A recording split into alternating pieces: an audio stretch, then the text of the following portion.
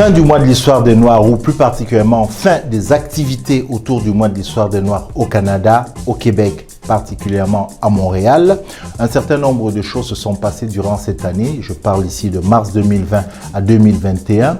Sur le plan politique, nous avons voulu en faire un peu le bilan. Et pour le faire, nous avons choisi d'échanger, de discuter avec le président du Black Caucus, le président du groupe des parlementaires noirs à la Chambre des communes à Ottawa, Greg Fergus, que je vais rencontrer à l'instant. Bonjour Greg, je suis très heureux de vous parler, d'échanger avec vous aujourd'hui. Et comme je l'ai dit en introduction, bien évidemment, je ne vais pas m'adresser aux députés de Gatineau que vous êtes, mais plus sous l'étiquette, je vais dire ça comme ça, le président du Black Caucus, donc à la Chambre des communes, le président du groupe des parlementaires noirs à la Chambre des communes à Ottawa. Je parlais d'échange parce que, voilà, on vient de terminer l'année, une année assez particulière pour nos communautés, sachant qu'on parle grosso modo de l'année mars 2020, comme on dit, mars 2020 à mars 2021. Quel est le bilan que vous en faites? Moi, je pense que l'année a commencé avec deux grosses affaires. On peut dire même deux grosses pandémies. La pandémie sanitaire avec la COVID, l'arrivée du COVID et comment est-ce que ça a vraiment touché profondément à notre communauté au niveau de la santé, au niveau économique, mais aussi la pandémie du racisme systémique qui existe, le racisme anti-noir. Et on a vu ça d'une façon limpide, je dirais trop limpide, avec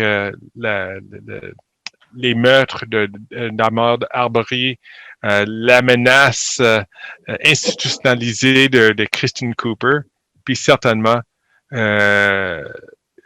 l'épouvantable meurtre de George Floyd.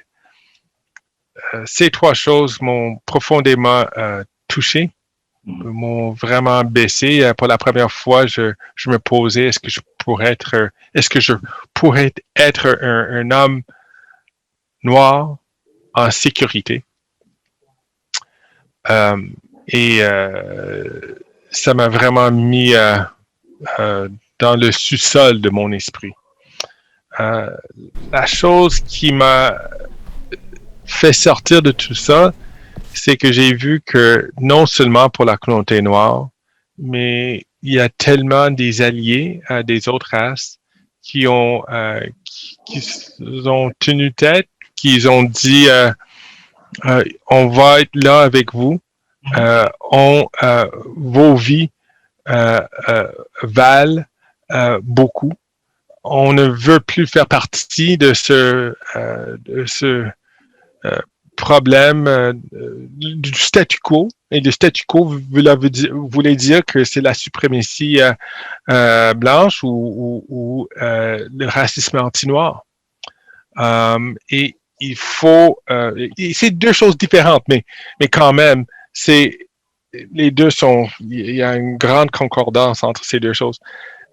Et quand j'ai vu ça, j'ai dit, OK, enfin, je pense que le monde, pas juste aux États-Unis, pas juste au Canada, mais le monde a changé.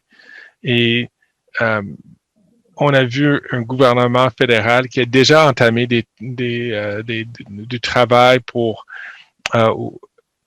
commencer à réduire le racisme systémique, mais ils sont allés en overdrive, puis très rapidement, à l'intérieur de 8 mois, on avait...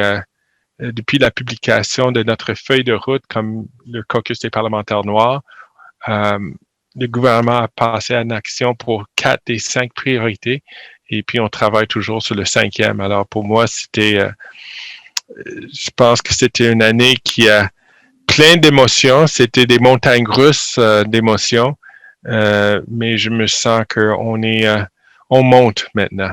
En effet, des montagnes russes, et je peux sans risque de me tromper, vous dire que c'était pas seulement pour vous. À ce propos, vous étiez aux côtés de Justin Trudeau en mai 2018, lorsque le Canada s'est engagé à... Puis adopter la destinée internationale des personnes d'ascendance africaine. Oui, en effet, c'est exactement ça. On sait que cette décennie, qui va quasiment jusqu'en 2024, avait posé 3 axes. Reconnaissance, justice et développement. Où en est le Canada aujourd'hui? On fait du progrès. On fait d'importants progrès. Au niveau de la... commençons avec la reconnaissance ou de l'appui économique. On a fait 3 ou 4 importantes choses, puis je vais dire ça dans le sens inverse de son importance. Tout d'abord, la représentativité. On a reconnu le fait que dans notre fonction publique fédérale, on n'a pas une fonction publique aux échelons les plus élevés, la présence des Noirs. Mm-hmm. Très peu. Alors, le greffier, ça c'est le sous-ministre pour tous les fonctionnaires, s'est engagé d'une façon très formelle de recruter, de former, de soutenir et de faire de mentorat avec des employés noirs, des fonctionnaires noirs, pour s'assurer qu'ils vont s'occuper de ces postes-là. Ça, c'est un engagement qu'on n'a pas vu depuis qu'on a pris un engagement pour faire la même chose pour les femmes il y a 40 ans. Alors, pour moi, ça, c'est historique et c'est très important. Deuxièmement, on s'est dit que, et puis on vient d'annoncer ça il y a quelques semaines, qu'on va éliminer ces peines minimales de notre système de justice et de la sécurité publique. Ces peines minimales ont visé des Noirs, les Autochtones. Ils ont trop surincarcéré notre population. Alors, enfin, on a laissé tomber ces parties-là, la plupart de ces peines minimales, pour laisser la place aux juges de trouver des alternatives à l'incarcération, de soutenir les jeunes, et c'est souvent les jeunes qui se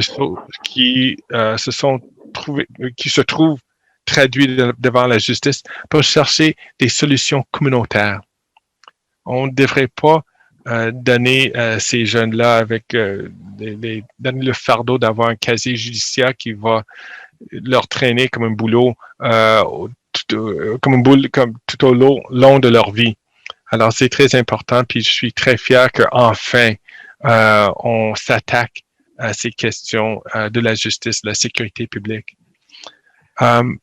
L'autre chose qui est très importante, c'est de donner le gouvernement passer à l'action pour soutenir l'entrepreneuriat noir, pour donner des outils économiques. On sait bien qu'on travaille très fort, on est très entrepreneurial, mais on n'a pas même accès que les autres au financement des institutions financières.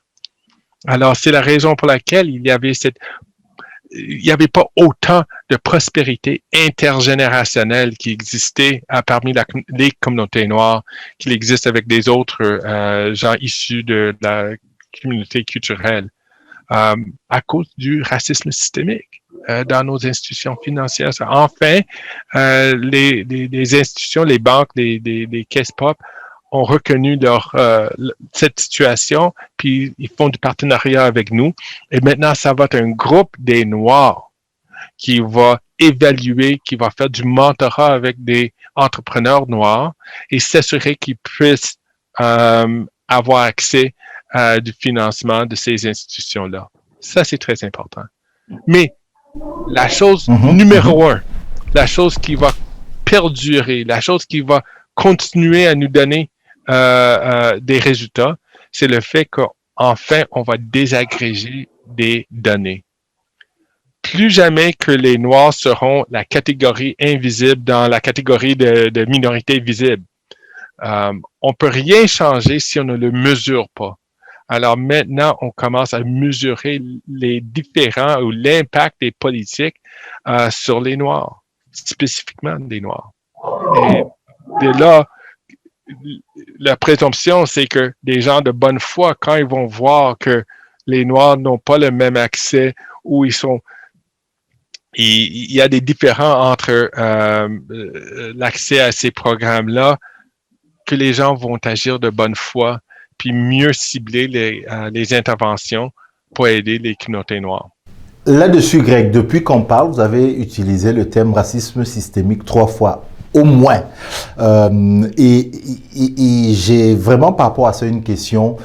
On sait que, bon, du côté d'Ottawa... Écoutez, je veux pas, c'est pas mal reconnu par des acteurs municipaux, par des agences du gouvernement du Québec. Malheureusement, il y a peut-être juste une instance qui ne reconnaisse pas l'existence de racisme systémique. Entièrement d'accord. Du côté d'Ottawa, vous avez reconnu, le gouvernement a reconnu le racisme systémique. Du côté de Québec ici, oui, effectivement, il n'est pas reconnu. Là, on vient par exemple de nommer un ministre à la lutte contre le racisme au Québec. Est-ce que vous pensez que les deux paliers vont pouvoir se parler? Je suis 100% d'accord. Il faut reconnaître le problème si on veut trouver des solutions pour répondre à ce problème-là. Ça, c'est certain. Pour le racisme systémique, à part, tu sais, je sais que notre premier ministre du Québec, il veut juste reconnaître le racisme. Mais quand on traite quelqu'un de raciste, quelle est la possibilité d'avoir une discussion avec eux? C'est totalisant, ce terme-là, quand on dit que quelqu'un est raciste. Si quelqu'un t'accuse d'être raciste, il n'y a aucune discussion qu'on peut avoir à ce moment-là. Et puis, il y a très peu de personnes qui sont carrément raciste. Il y en a, mais c'est très peu. Le Québec est très ouvert, le Canada est très ouvert. C'est plutôt des préjugés inconscients qui existent. Il y avait un sénateur et militant autochtone, Murray Sinclair, ex-sénateur maintenant. Il a dit que le racisme systémique arrive quand on enlève les racistes du système, mais quand même, on a des résultats qui sont vraiment qui clochent. Ça, c'est le racisme systémique. C'est le système. C'est l'agglomération de tous ces préjugés inconscients qui nous donnent des situations. C'est la raison pour laquelle les gens pensent que les Noirs sont seulement des athlètes, peut-être des musiciens, mais on n'est pas des scientifiques. On n'est pas des professionnels. Nous ne sommes pas des enseignants. Et puis, on sait bien, sur le terrain, c'est absolument faux. Les Noirs sont présents dans tous les domaines dans notre société. Alors, arrêtons de juste focusser sur des racistes, parce que si on fait ça, on va pas voir le plus grand portrait qui est devant nous. Greg, il y a une question qui me taraude et je sais que beaucoup de gens se posent cette question-là. Avec tous les meurtres que le monde a connus, particulièrement aux États-Unis, mais qui ont une répercussion dans le monde. Je pense à Breonna Taylor, je pense à George Floyd et tous les autres.